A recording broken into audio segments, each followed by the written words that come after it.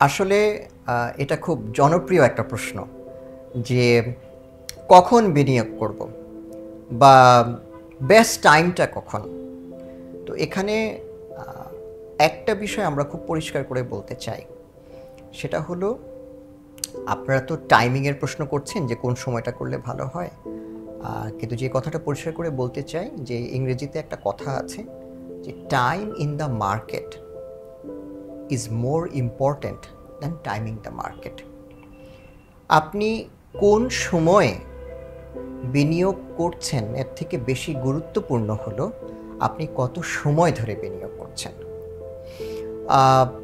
একটু আগে আমি বললাম যে আমাদের যে সেরা ব্যবসাগুলোর একটা বাস্কেট আছে, ওটা 12 বছর ধরে কিন্তু 15% বেশি গড়ে রিটার্ন দিয়েছে।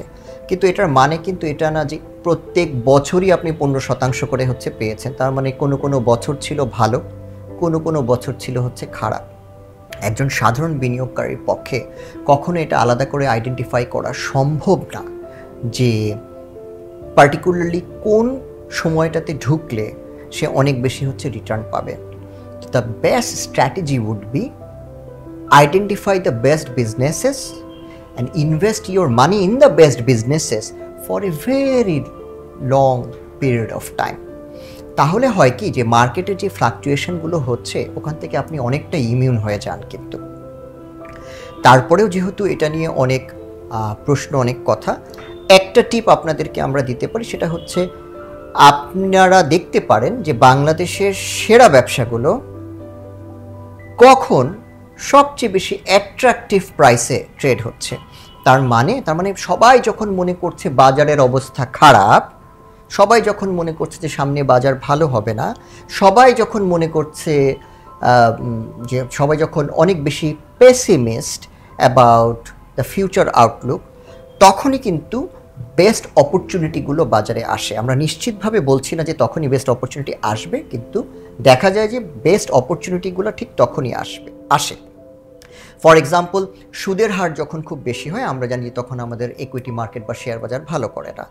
তো মানুষ করে কি, তখন স্টকগুলোকে সবাই বিক্রি করে দিতে থাকে এবং পানিশ করতে থাকে। তো এগুলো বিক্রি করতে করতে এমন একটা জায়গায় চলে আসে যে দেখা যায় যে এই কোম্পানিগুলোর যে আসলে দাম বা ফেয়ার ভ্যালু হওয়া উচিত তার থেকে অনেক নিচে চলে আসে, যার কারণে ওগুলো তখন খুব অ্যাট্রাকটিভ হয়ে যায়। আমরা এরকম একটা সাইকেল কিন্তু কোভিডের সময়, ঠিক কোভিডের আগ দিয়ে আমরা দেখেছি যে অনেক ব্যবসাগুলো কিন্তু অনেক অ্যাট্রাকটিভ প্রাইসে চলে আসছিল। এবং আমরা কিন্তু 5ই অগাস্টের আগেও দেখেছিলাম যে অনেক ব্যবসাগুলো অনেক অ্যাট্রাকটিভ প্রাইসে বাংলাদেশের সেরা ব্যবসাগুলো স্পেশালি চলে আসছিল, যেখান থেকে একটা অল্প কিছু কিন্তু আমরা রিকভারি এখন পর্যন্ত কিন্তু দেখেছি। তাই আমার কাছে মনে হয় আপনারা এভাবে চিন্তা করে দেখতে পারেন যে সবাই যখন পেসিমিস্ট, সবাই যখন ভাবছে যে মার্কেটের কোনো কিছু হবে না বা স্টকগুলোর কোনো কিছু হবে না, তখনই আমার কাছে মনে হয় যে আপনারা এই সুযোগটা নিয়ে দেখতে পারেন যে সেরা ব্যবসাগুলোতে আপনারা বিনিয়োগ করবেন কিনা। কিন্তু আবারও বলি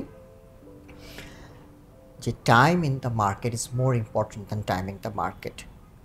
আপনি যদি বাংলাদেশের সেরা ব্যবসাগুলোকে আইডেন্টিফাই করতে পারেন, বা আপনি যদি এমন কোনো ওপেন এন্ড ফান্ডে বিনিয়োগ করেন যারা বাংলাদেশের সেরা ব্যবসাগুলোতে বিনিয়োগ করে রেখেছে, তাহলে ওই ওপেন এন্ড ফান্ডের একটা যে কোনো একটা অপরচুন মোমেন্টে আপনি টাকা বিনিয়োগ করতে পারেন। অথবা আরেকটা উপায় আছে হচ্ছে এসআইপির মাধ্যমে টাকা বিনিয়োগ করা, যেটাকে আমরা বলি সিস্টেমেটিক ইনভেস্টমেন্ট প্ল্যান। যে আপনি টাইমিংটা দেখছেন না, আপনি প্রতি মাসে আপনার সঞ্চয়ের থেকে কিছু অংশ, সেটা 5,000 হোক, 10,000 হোক বা 15,000 টাকা হোক, আপনি বিনিয়োগ করে দিচ্ছেন বাংলাদেশের সেরা ব্যবসায়। আপনি এত মাথা ব্যথা নেবেন না, কিন্তু আপনি বাংলাদেশের সেরা ব্যবসায় প্রতি মাসে একদম সিস্টেমেটিকভাবে একটা বিনিয়োগ যদি আপনি করেন, তাহলে এটার সুফল আপনি পেতে বাধ্য। তো আমার কাছে মনে হয় যে এই দুটো অ্যাপ্রোচে আমরা যদি চাই গ্রোথের কথা যদি চিন্তা করি, তাহলে এই দুটো উপায়ে আমরা কিন্তু আমাদের সম্পদকে বাড়াতে পারি। ইউসিবি অ্যাসেট ম্যানেজমেন্ট, উদ্যোগে উৎসাহে।